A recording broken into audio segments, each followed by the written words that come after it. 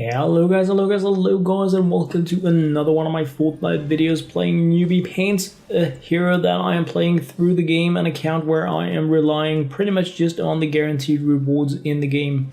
I am about to pump up the volume, which means that I need to build relay towers, and this is actually the single most asked question I've been getting since I started playing Fortnite and shared videos about it.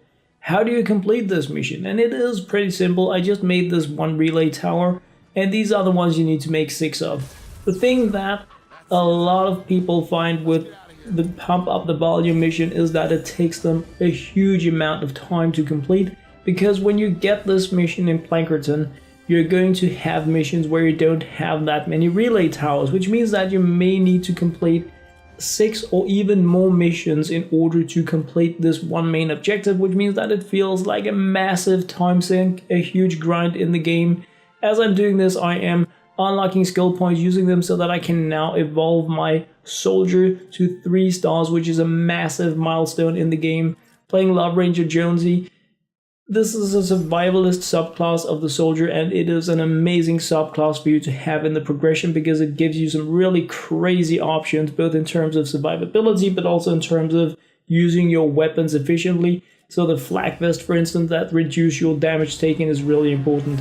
I've reached the point where I can pretty efficiently solo these storm chests, which is a good source for evolution materials for my weapons. Not evolution materials, that's only crafting materials.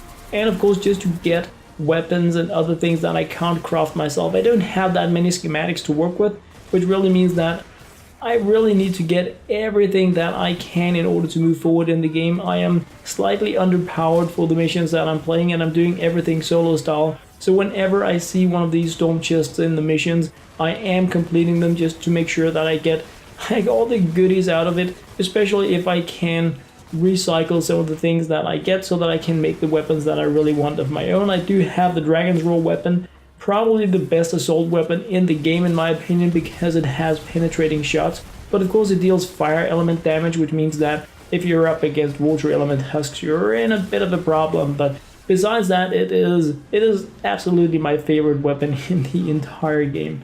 But completing these relay tower missions, as I said before, you can risk to be playing more than 10 missions, more than 6 missions if you're getting one in each, but you can actually have games where you don't have these relay towers.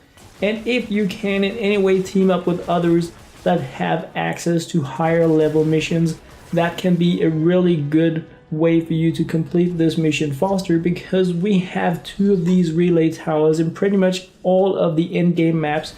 And especially if you go into Rescue the Survivor missions, then you are guaranteed to have 2 relay towers in each and every one of them deeper in the game. When you're playing in Plankerton, you may only have 1, but as you get further in the game, you're going to have a guaranteed 2 of these relay towers when you're playing Rescue the Survivor missions. So if you have a friend that is playing the game that wants to help you not spend 3, 4, 5 hours to just complete this one relatively simple mission, because it is not challenging in that you need to take out a huge amount of husks. It is not challenging because you need to build crazy base defenses and have silly traps. It is just challenging because you need to put in a lot of time into getting into maps that you need to complete. If you go in there and you build a relay tower and you don't win the actual mission, they're not going to be counting for your progression. So it is super important that you find missions where you have the relay towers, you build them, and you complete the main objective, and you need to do that 6 times if you only get 1 in each.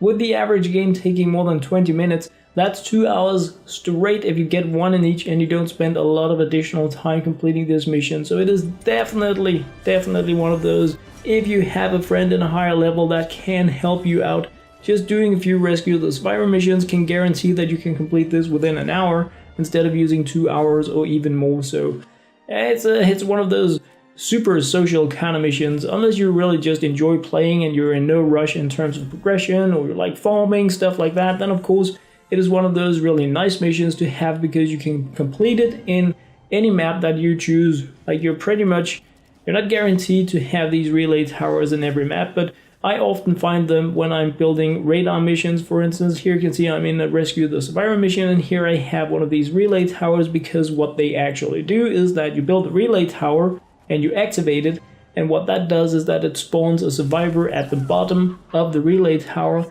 that you need to rescue. So you can really combine the things in the game by doing these to get your survivors rescued. You have a lot of side missions to do that. You get the people currency, which you need in order to do transforms in the game as well, so that alone is a good thing. So go in there, do them in the Rescue the Survivor missions, and if you can, find a friend in a higher level so that you can complete it, or just do it like at the minimum that you absolutely need because you want to be progressing. So that was pretty much what I had to share in this video. Pump up the volume in FortNite Save the World. As always, thank you very much for watching.